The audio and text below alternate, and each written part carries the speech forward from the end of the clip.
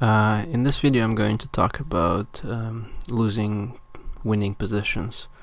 Um, this is a position from the game between Vallejo, Pons and Bruzon from the recent World Cup tournament in Mansisk, and this is a position where it's white to move and he has an extra pawn and completely dominating position with the rook being on the 7th rank and these pawns being so strong. What the commentators following the game were amazed at is that white managed to lose this game. And indeed, positions with knights and rooks in the endgame can get really complicated because the tactics are a little bit unusual, and coordinating those two pieces involves both strategy and tactics. So Vallejo didn't manage to convert the material advantage, and he actually even managed to lose. Somehow pawns started to race on two sides of the board, and in the end he got into a position like this where white has a passed pawn and black has a passed pawn, but there's also a bit of an attack against the white king that makes this pawn on g2 even more dangerous, and Vallejo didn't find the right way around this position, and the only saving move was here rook to g3, and the idea is that the rook is gonna put pressure on the pawn, and if the black rook ever goes away, white can give up an exchange on g2 and get a draw with the knight against rook. In the game he misplayed it and he played king to h2, and it turned out that now there's no defense against g1 queen, and if he goes rook to g3 now, it's one move too late because it's checkmate. In the game he played a8 queen, and this was also checkmate. So a very unexpected end to this game, but to me it wasn't a very big surprise because a long time ago I analyzed a similar position with two local players playing it out, and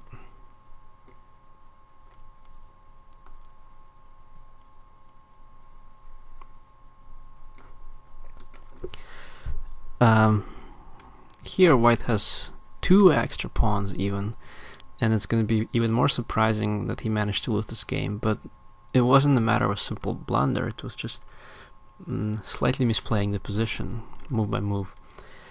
So here white has several pawn islands, but they're not really weak, and white's pieces are placed well. And after king g8, he should have just tried to bring the king over to the center and improve the position of the pieces with something like king to g3. And this position of full domination and material advantage, white should be winning here, I think, quite easily. Instead he rushed a little bit and he started to advance the pawns a bit too fast, and this pawn became a target. Now black goes rook e5. This puts the pressure on the pawn on b5, but it also begins the plans where black starts to attack the white pawns. White goes rook to c1, initiating the threat of coming to the 7th rank, attacking the black pawns, but this just completely neglects black's counterplay. And now after black played rook to h5, it's already, say, too late to play king to g2 because then there's going to be a fork and it's not so clear anymore.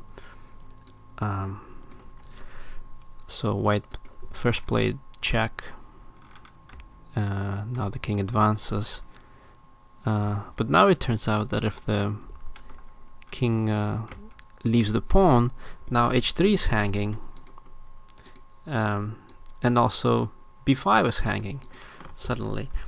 So it's important to understand that even though white has a big material advantage, if he just loses one of his two extra pawns, a rook endgame like this one is going to be not so easy to win.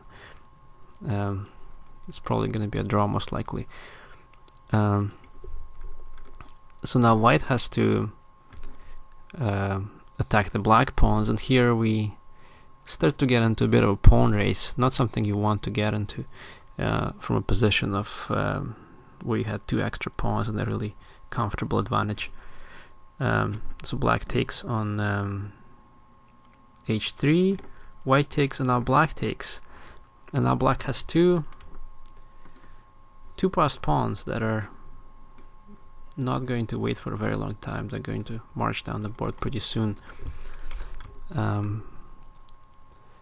King has to go here, and now the black rook is well placed behind the white pawn, preventing its advance.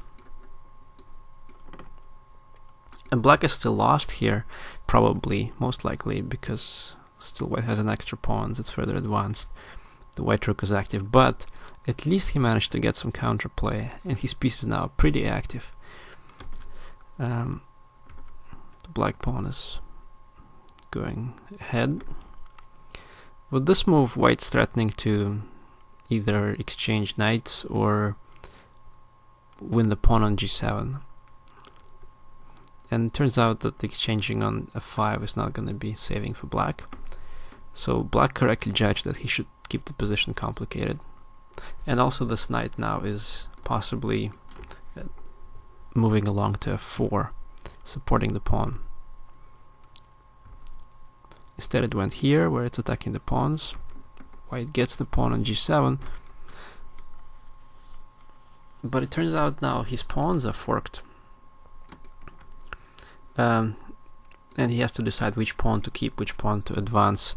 The right way was to advance the e pawn. Probably because it's a bit difficult for black to put the rook behind it. And just the tactics work better in this line. So e5, knight takes, for example. The pawn advances to e6 very quickly, and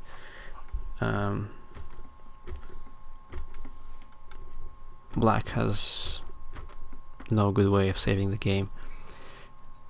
Instead, white played rook to a7, and after knight e4, suddenly black's one pawn is more dangerous than 2 white pawns, because again, it's easier to advance.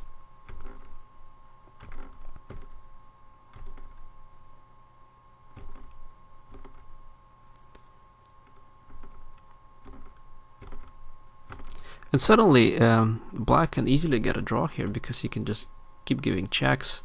Oops. With the rook. But it turns out he also even begins to have some winning chances here after white misplays it.